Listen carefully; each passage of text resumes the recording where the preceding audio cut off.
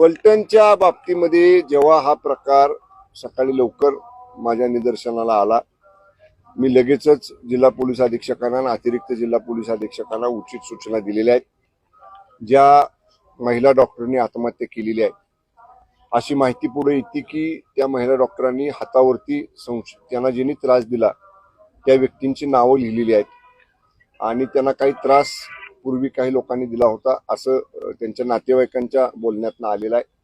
आम्ही गुन्हा दाखल केलेला आहे आणि एक चांगली सिनियर एसडीपीओ दर्जाचे महिला अधिकारी तिथले सगळे पुरावे ताब्यात घेण्यासाठी सकाळीच आम्ही रवाना केलेले आहेत. त्या महिला अधिकाऱ्यांनी त्यांचं कामही सुरू केलेलं आहे. बरेचसे पुरावे त्यांनी हस्तगत केलेले आहेत. ज्या मृत महिला डॉक्टर आहेत त्यांच्या परिवारजनांची जर शंका कोणावर असेल तर त्या महिला अधिकाऱ्यांना पोलिसांच्या आम्ही सांगितले की त्यांना विश्वासात घेऊन त्यांची ज्यांच्या कोणावर संशय असेल